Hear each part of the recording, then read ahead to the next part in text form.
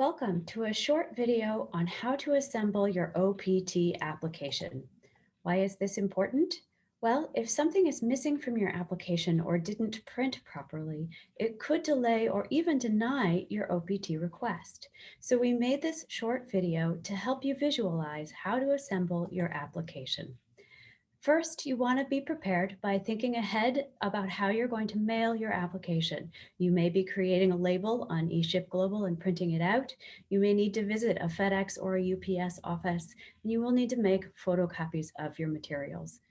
You will also need to think about your office supplies, what you will need: a blue pen to sign your forms, a pencil as well, and no stapler. You cannot have anything stapled, but you do need something to clip your application together, like a paper clip, maybe a binder clip.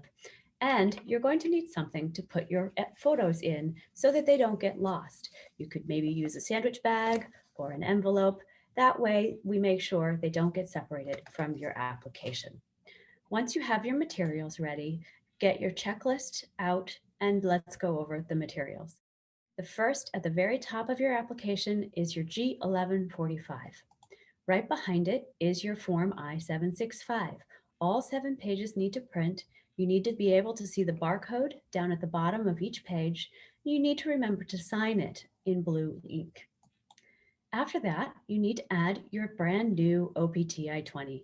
Your advisor just sent this I-20 to you and it has your OPT requested dates on page 2. Sign it and then add all of the copies of your other I-20s in chronological order behind it. They also need to be signed, and if you're not sure what order to put them in, check the date next to your advisor's signature on page 1. Now that you have your I-20s in order, if you had an OPT card before, you'll make a copy of that, put it right behind them, and then add your personal information. So printout of your I-94, photocopy of your passport ID page, and a photocopy of your visa stamp if you have one. Now let's look at the check or money order that you created. Make sure it's made out to the U.S. Department of Homeland Security for exactly $410. If you wrote a check, make sure that the format is month, month, day, day, and 2021, not 2020, and make sure that you've signed the check. You also need to attach your photos, and this is where you will use the pencil to write your name and CVIS ID on the back of the photos. This again is just to make sure that they can be reconnected to your application if separated. Now you can bind or clip them together and you have a completed application. So you see the check is on top and the photos are right behind it, and here's your G1145. So now what do you do with it? You will need to take this to the post office or to a shipping company like FedEx or UPS.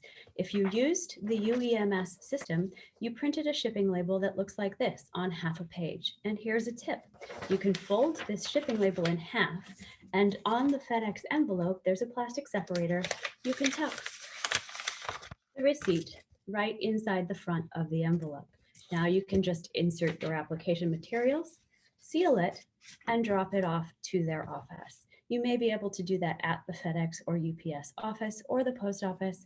There are also Dropbox locations for your convenience. So now your application is completed. Congratulations.